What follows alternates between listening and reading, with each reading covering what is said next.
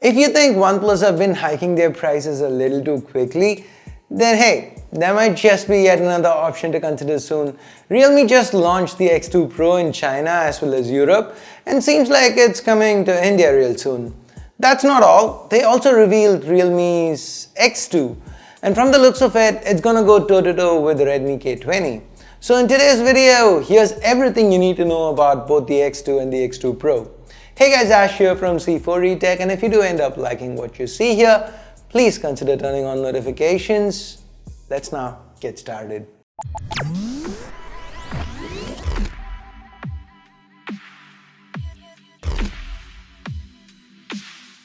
So first, what's Realme done with the build? They've not really changed things a lot. At first glance, the X2 and the X2 Pro, they look a lot like the Realme XT. In fact, the X2 is pretty much the Realme XT with upgraded internals. We have the Snapdragon 730G here instead of the 712, and there are a few other minor tweaks, minor differences like faster charging speeds, but we will get to those later. For now, let's return to the design.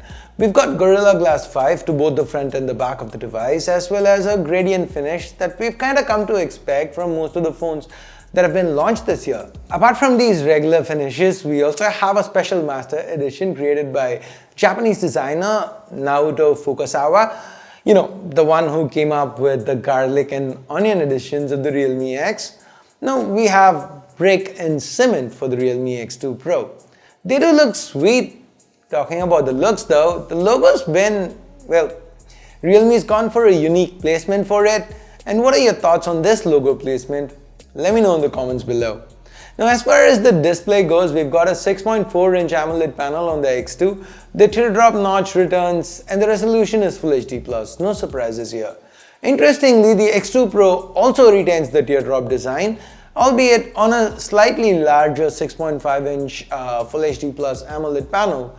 So yeah, from a full screen option, the panel, you know, these might be lacking when compared to the Redmi phones, but what Realme is offering here with the Pro is a 90Hz refresh rate. So for more function, anyway, this display is supposed to have excellent dynamic range, and the blacks along with support for HDR10+. So it seems like Realme, they've kind of focused on the panel itself instead of reduction of the bezels or the removal of the notch.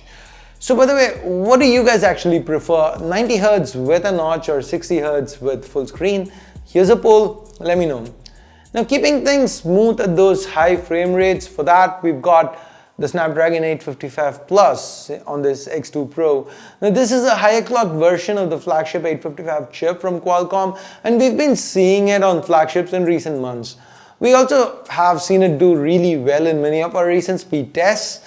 So it's excellent not just for day-to-day use, also for gaming. So performance shouldn't be an issue at all here. So how would it compare against something like a OnePlus 7T and its stockish Oxygen OS? Now that's something we're gonna have to wait and see. And also, how would Realme's liquid cooling solution hold up? Again, something we're gonna have to test out. Now to boost performance, Realme is also providing UFS 3.0 on the 128 and 256 gig versions. The 64 gig variant is gonna have to make do with UFS 2.1, which for most regular day-to-day scenarios, or even for most scenarios, it should be plenty fast. As far as RAM goes, we've got 6, 8 and 12 gig options. We also get a 4000 mAh unit on both of these phones. Well, the capacity has remained unchanged from the Realme XT. Now, both these phones get faster charge speeds, 30 watts on the X2, 50 watts on the X2 Pro. VOOC 4.0 is 30 watts and it can charge the phone to 50% in just 19 minutes. The 50 watt speed, that's called SuperVooc, and it can charge the entire battery, the entire phone from 0 to 100 in just 35 minutes, and that's amazing, right? Realme also includes both the VOOC fast chargers inside the box, and that would kind of give this an advantage over the likes of some Redmis. The X2 Pro is also supposed to have support for 18-watt quick charge, so that's kind of nice because VOOC fast charging, it's really fast and all, but it's still proprietary charging, right? So if you're using a quick charge power bank you can still end up charging quite fast, which is something I really appreciate. This is a feature I have really liked with the ROG Phone 2, and I'm happy to see Realme incorporate it as well. Now, talking about features, we've got ColorOS 6, so no mention of Realme OS yet, despite us hearing rumors about it for a long time now. At least we do get a system-wide dark mode, which, thanks to the AMOLED panel, should help with battery life a little bit. Now, the in-display fingerprint scanner also makes a return. The X2 Pro happens to come with NFC, at least for the European and Chinese launches. As an added bonus, the X2 Pro gets support for dual stereo speakers, with the in-call earpiece doubling as the second speaker.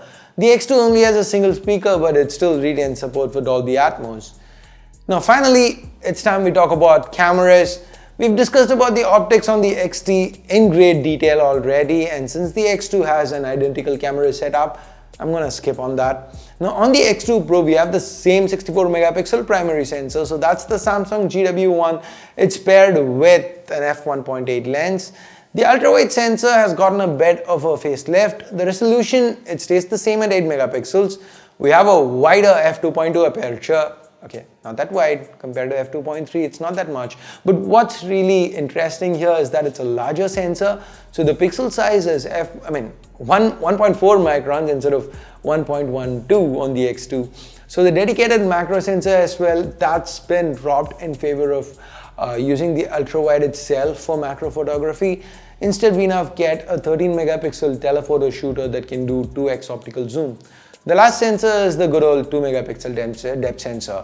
So how well can these cameras perform? Can they take on the K20 Pro?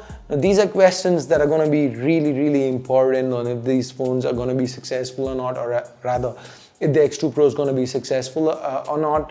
As far as selfies go, the 32 megapixel camera on the XT makes a return on the X2. With the X2 Pro, Realme has chosen to sacrifice megapixels, and they've gone with the 16 megapixel IMX471. I'm gonna go crazy if another brand uses IMX471. I'm just tired of seeing that sensor on everything. We've seen it on the Realme X, we've seen it on so many OnePlus phones.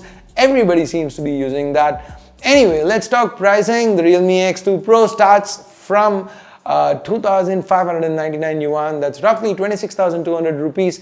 The Masters Edition with their frosted glass finishes are only available in 12,256, and that they start at 3,199 yuan, or rather they're priced at 3,199 yuan. That's about 32,300 rupees.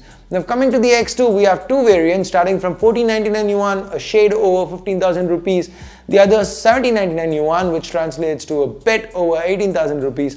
Now, of course, these are direct conversions of the Chinese prices, so expect these phones to cost a little bit more, 1,000 or 2,000 rupees more at least, when they do finally arrive in India, or maybe it's going to take enough time that they're going to be able to subsidize the prices due to falling costs of parts, and they come at the exact converted prices.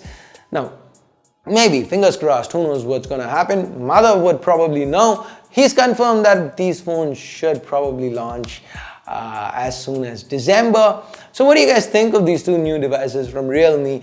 They are priced eerily similar to what the Redmi K series was at launch in China.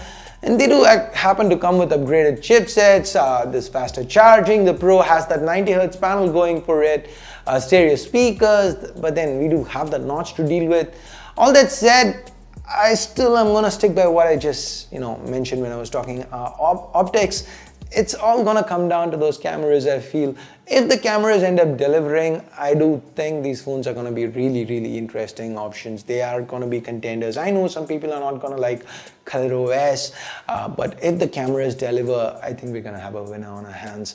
But the big question, will these cameras deliver? What do you guys think? Do you think Realme's got it? Do you think Realme is gonna have good camera performance here? Let me know your thoughts in the comments below. And I guess that's pretty much it. Pretty much everything we know about the X2 and the X2 Pro. So pretty much everything I can tell you about it. Did I miss anything? Do you have any other questions? Let me know in the comments below. And with that, we get to the end of this video. Thumbs up, thumbs down based on whatever you felt about it. Subscribe, turn on notifications by hitting that bell icon if you haven't yet. Thanks a lot for watching. Till next time, my name is Ash. You've been watching C4E Tech, and I'm signing off for now. You guys have a great day. Bye-bye.